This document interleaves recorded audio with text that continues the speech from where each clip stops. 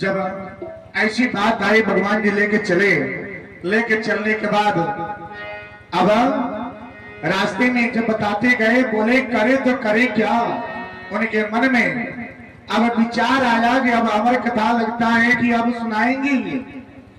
अब चले गए एक घने जंगल में। घने जंगल में जाने के बाद वहां पे एक बट वृक्ष का स्थान देखा गया। बट वृक्ष यानी कि एक बरगद का वृक्ष। घने जंगल में बट वृक्ष का स्थान लिया गया। उस जंगल में पार्वती मैया और भगवान जी पहुंचे। कथा होने से पहले उन्होंने सारे नियम व्यवस्था बता दिए कि ऐसे ऐसे सुनेंगे तो कथा सुनाएंगे, अन्यथा नहीं सुनाएंगे। पार्वती मैया तो जिद में थी, गुस्से में थी, बहुत गुस्से में थी। बोले कि हाँ हाँ सुनेंगे, क्योंकि स्त्री का जब गुस्सा हुए ना, पति पत्नी का अगर विवाद हुई तो पति को चाहिए ज्यादा पत्नी गुस्से हो जाए ना, वहां से धीरे से सरक जाना चाहिए, दूर हो जाना चाहिए। क्यों? क्योंकि स्त्री का जब गुस्सा चढ़ता है ना, तो लक्ष्मी स्वरूप वही है, माता का स्वरूप वही है, और जब काली का रूप पकड़ती हैं तो किसी के सुनने वाले नहीं है। तो गुस्सा ज्यादा भड़क जावे, इससे अच्छा है कि वहीं पे वहां से थोड़ा दूरी बना ले, और 1-2 घंटे के बाद फिर से जावे, देखिए गुस्सा शांत हो जाता है। तो ये समझदारी होता है। अब उसमें क्या करें? गुस्से में गुस्से बोले कि ना आप एक करते हैं, आप वो करते हैं, ये नहीं करना चाहिए, वो नहीं करना चाहिए। जब दोनों जन जब एक दूसरे को समझाएंगे तो विवाद बढ़ेगा ही। इससे अच्छा है कि हम ही दब जाते हैं, साइड हो जाइए, किनारा पकड़ लीजिए, देखिए आपके घर में विवाद नहीं होगा। अब भगवान शंकर जी को भी झुकना पड़ा पार्वती मैया के आगे, क्योंकि अब पार्वती मैया तो ज्यादा गुस्से में थी, अब मानने वाली नहीं थी। अब भगवान शंकर जी बोले ठीक है, चलिए जब कथा सुनेंगे तो सुना देते हैं आपको। जगह लिया गया, सारी नियम व्यवस्था समझा दिए। समझाने के बाद कथा प्रारंभ होता है। जब कथा प्रारंभ हुआ तो एक दिन की कथा होती। इन्होंने बोला जब तक आपका हुंकारी चलेगा तब तक कथा होगा, हुंकारी बंद कथा बंद। यानी कि अमर कथा कभी भी मझधार में छोड़ के नहीं जाना चाहिए। जो मैदान में कथा छोड़ के जाता है ना, उसकी नैया मझधार में फंस जाती है। तब वहां पे याद आता है क्या कि भगवान जी की याद आता है, प्रभु आप क्या करें, नैया को पार लगावे। जब भगवान जी की जब प्रसंग चलता है तो वहां पे भगवान जी को अपमान करके सब चले जाते हैं। जब आपके ऊपर जब व्यथा आया तो आपका शंकर जब भगवान जी तो याद आते हैं, तो उस समय भगवान जी याद आते हैं। जब भगवान जी की कथा कहीं चल रहा है, कहीं भागवत हो रहा है, कहीं पे उनका प्रसंग चल रहा है, जाते राही को भी सोचना चाहिए। अगर कानों में आवाज आ गया तो कुछ पल रुक करके उनका ध्यान कर लेना चाहिए। ये है आपका क्या है संस्कार, ये आपका सबसे बड़ा क्या है, भगवान के प्रति प्रेम। अब ये नहीं कथा चल रहा है, जब मन में आया तब आए, जब मन में आया तब जाए, ये आपका जीवन नहीं है। जिसने सुंदर शरीर को बनाया, चित्त जल पावक गगन समीरा, जितने सुंदर शरीर को 5 तत्व से मिलकर बना दिए, जिसके लिए बनाए भगवान ने आपको हाथ दिए, कान दिए, नाक दिए, मुंह दिए, सिर दिए, ये शरीर दिए, क्यों क्यों दिए मेरी मैया, क्यों दिए?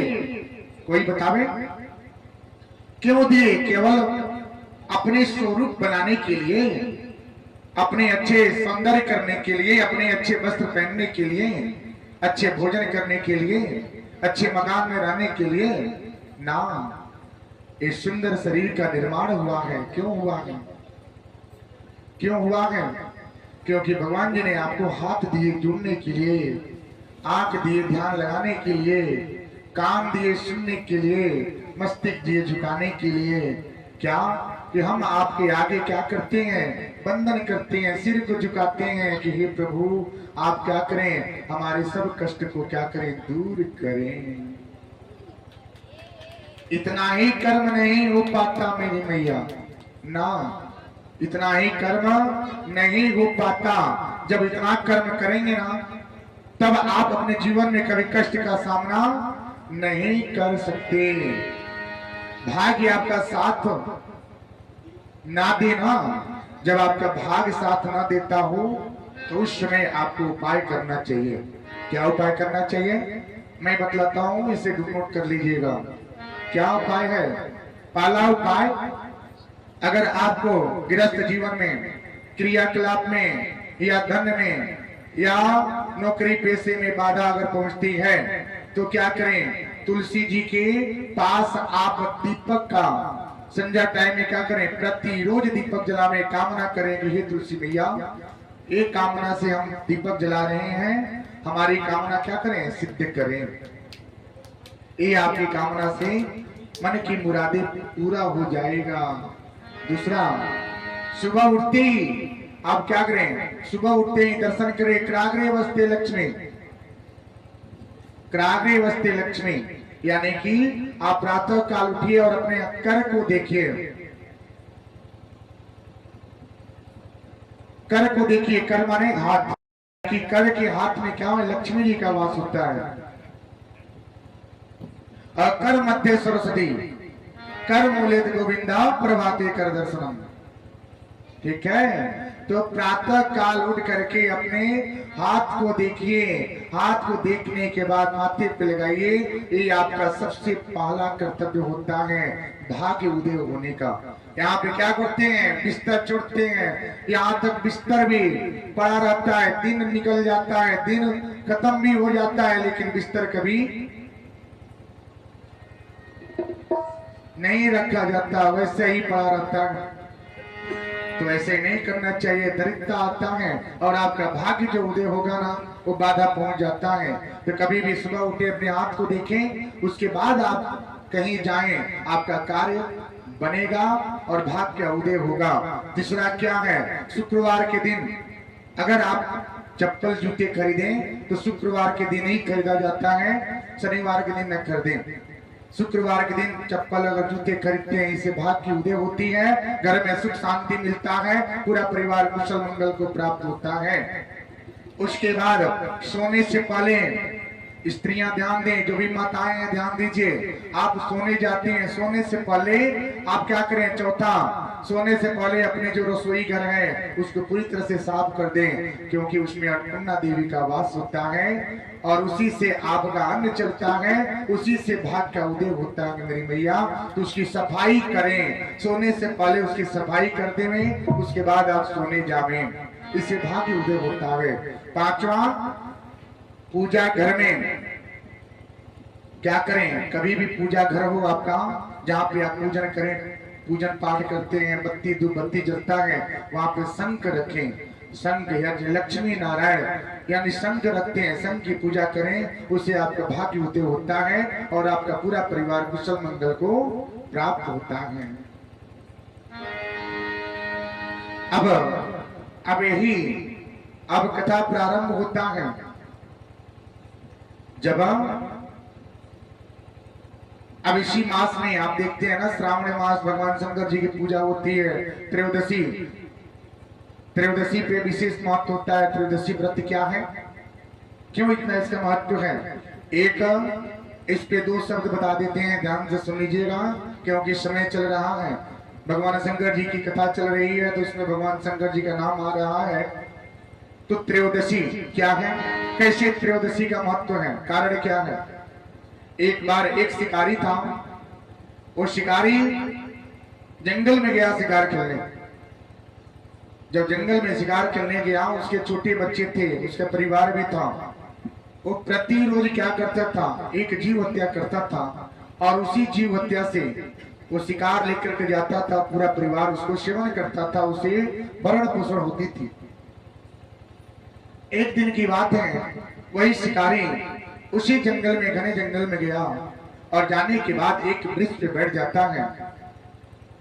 और जब वृक्ष पे बैठ जाता है, वो वृक्ष कोई और नहीं था, एक बेल का वृक्ष था।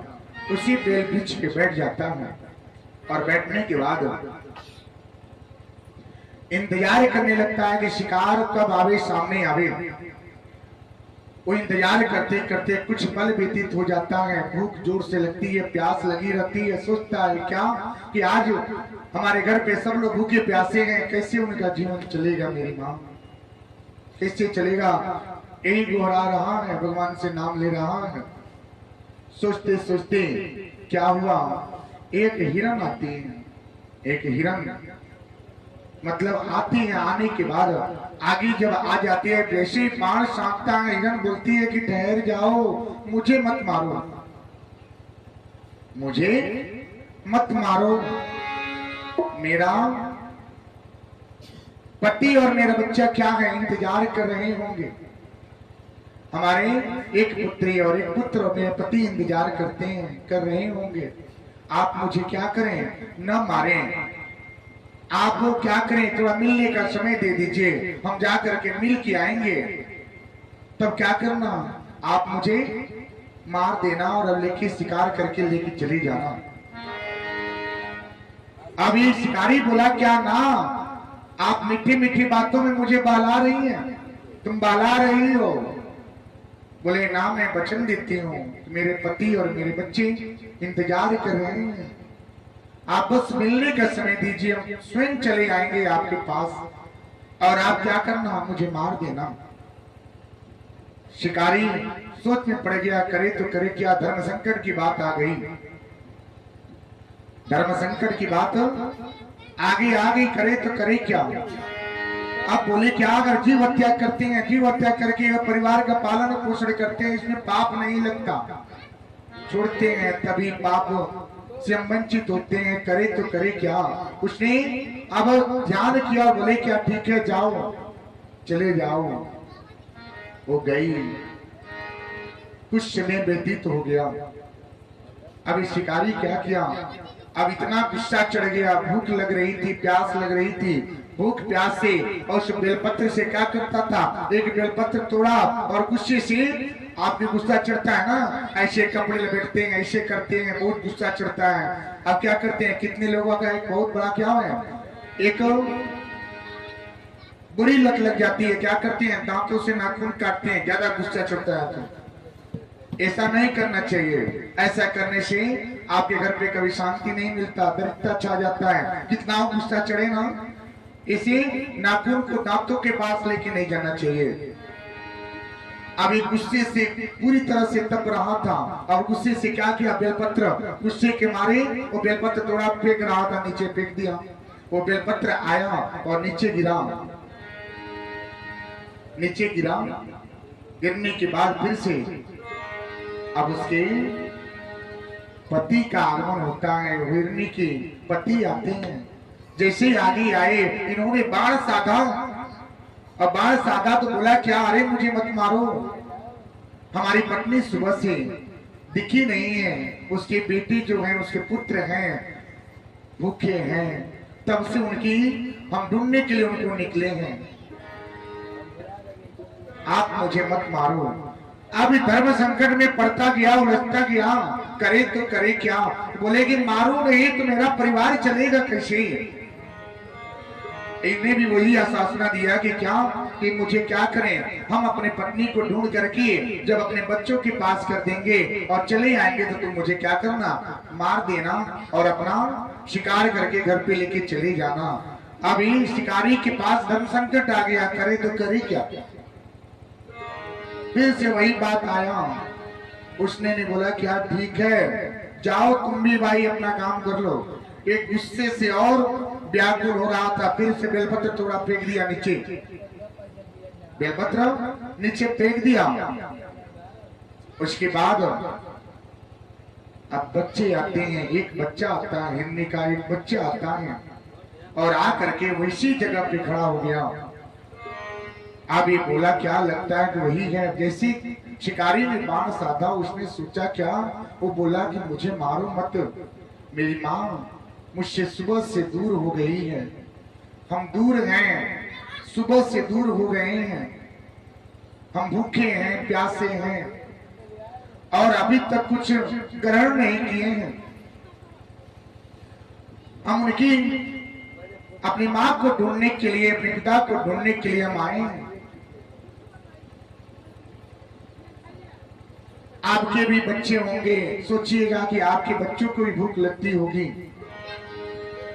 अभी बाद जब शिकारी के पास आया, वो भाव विभोर हो गया, करे तो करे क्या।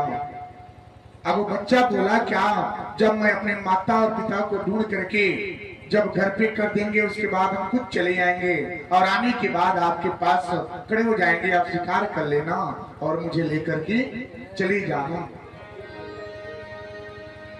अब करे तो करे क्या, फिर से वो क्या किया, वो शिकारी ने बेलपत्र तोड़ा और नीचे फेंक दिया। जब फेंक दिया, फेंकने के बाद अब तीनों जब घर पे गए होने के बाद अब जब ये तीनों जन आए, आने के बाद ऐसे बाण साधा नीचे शिकारी उतरता है, उतरने के बाद दिखता है क्या, भगवान शंकर जी पार्वती जी बैठे हैं। बोले क्या, परीक्षा की घड़ी हो रही है। अब शिकारी जितना वो बेलपत्र तोड़ा था, जितना वो बेलपत्र फेंका था, उसी बेल के नीचे भगवान शंकर जी का एक शिवलिंग था। वो बेलपत्र भगवान शंकर जी के ऊपर आकर के पड़ जाता था और पढ़ने के वास्ते उस दिन यही त्रयोदशी तिथि था। भगवान जी ने बोले क्या, कितना प्रेम भाव से बेलपत्र तोड़ करके इसने चढ़ाया है। और आ करके जैसे वो नीचे शिवलिंग दिखता है, वहीं पे आ करके गिर गया और बोला क्या, हे प्रभु अब हम धर्म संकट में पड़ गए हैं, करे तो करे क्या, करे तो करे क्या। भगवान शंकर जी आते हैं और आने के बाद बोले क्या,